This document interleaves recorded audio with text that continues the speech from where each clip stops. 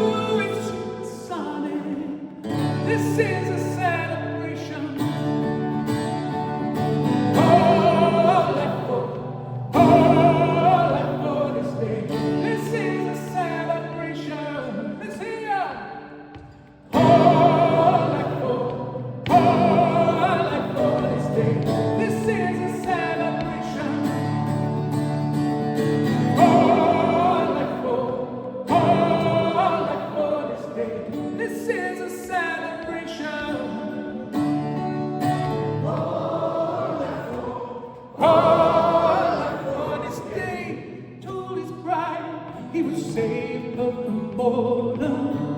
God in her rocket blue, it's the sun.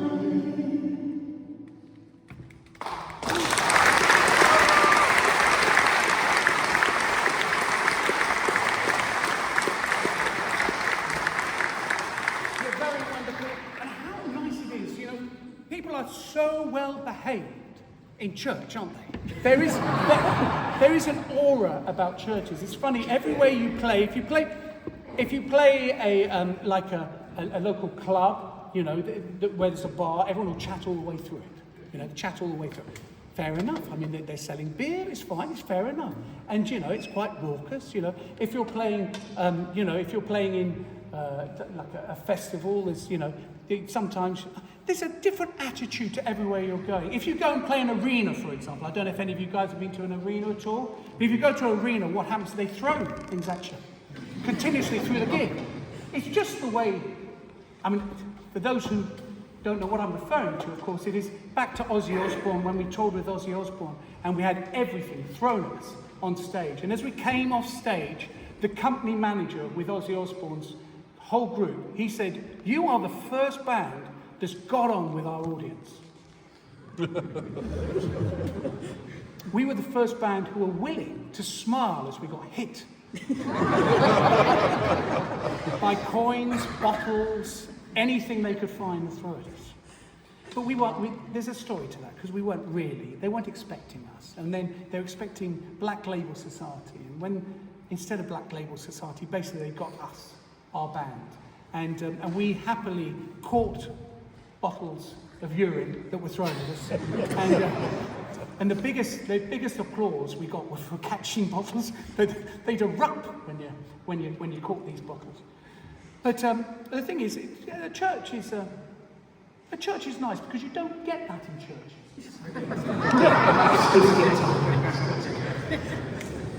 People often say to me, well, actually, no, sorry. The voices often say to me, we all do have voices in our heads, don't we? We all inner monologue, absolutely, inner monologue. Now, where is your inner monologue from? You see, the thing is, unfortunately, my brother, who's a psychiatrist, isn't with us this evening, and I'm sure everything I'm about to say, he will write off as nonsense. But in my head, there is a little boy. There's a little boy. And actually, what you have now, this here now, is the little boy. So that uncontrollable person, the guy who goes and does silly things like climbing up things, that's the little kid in my head. That's the one that's let out when you do shows. The guy who talks too much, that's the little boy in my head. And then you've got the sensible one, the sensible mind, and that's where everything is planned. And to me, they are completely separate. I feel like I have two people in my head. Now, I don't know if everybody else experienced that, because it doesn't seem that's the case. And how do I explain this? Well, the best way that I found in explanation and explaining this position is obviously to write a song. And that's a song called Multiplicity, which is basically a song about two of me. That's not Paul, Jude, and me. That's Paul, Jude, and me, and the other me, and the other Paul, Jude. It's only one of them. I know, quite a big one. I actually think you've got a little boy trying to come out.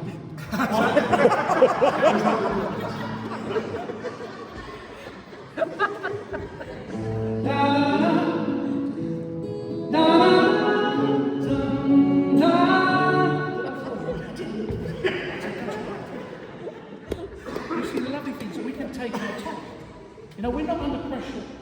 The second set is an hour 12. I know we got up to an hour the first set. Second set's an hour 2. We do have a long envelope. We don't have to play it. We can just sip tea. You see, I love tea. You know I love tea. They all know we love tea too. I don't want to. Think of Grandad. Grandad, all the hours he spent on the docks, waiting for the tea to come through, on the ships. You remember? Back you obviously hours he spent in London, waiting for that tea to come over on the ships. That is just helping me find the note. Huh?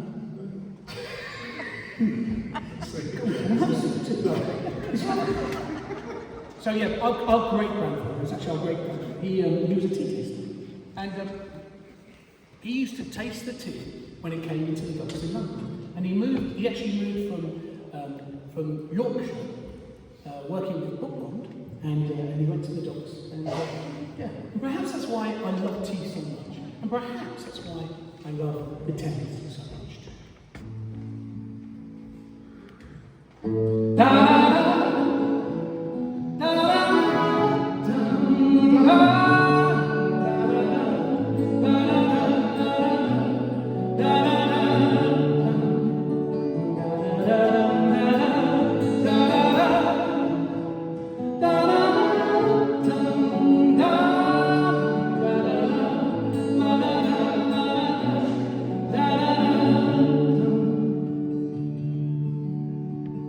How can we know what we should think in our life?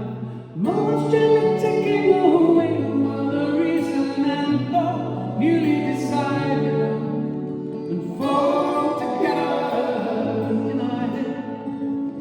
Oh, there is more than one child screaming at the top of its lungs in our resident room, barely divided still. The born together, da da da, da da da, da da da, da da da, da da da,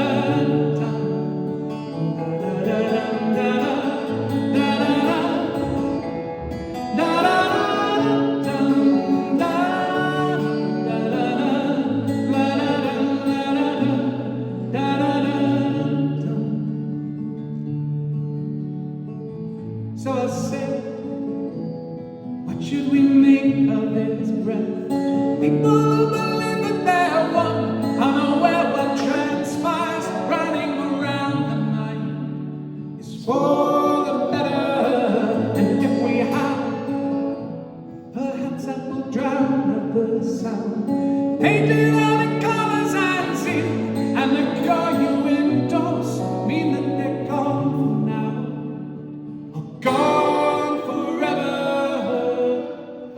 Da da da, da da da, da da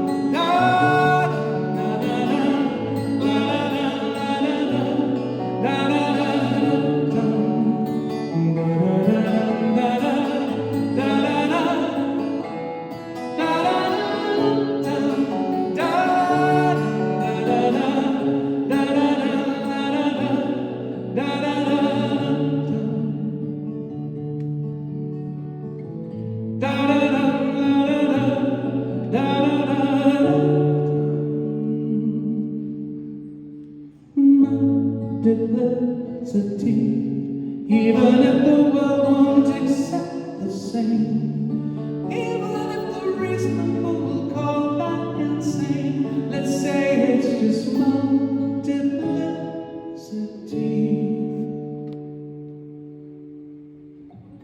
Da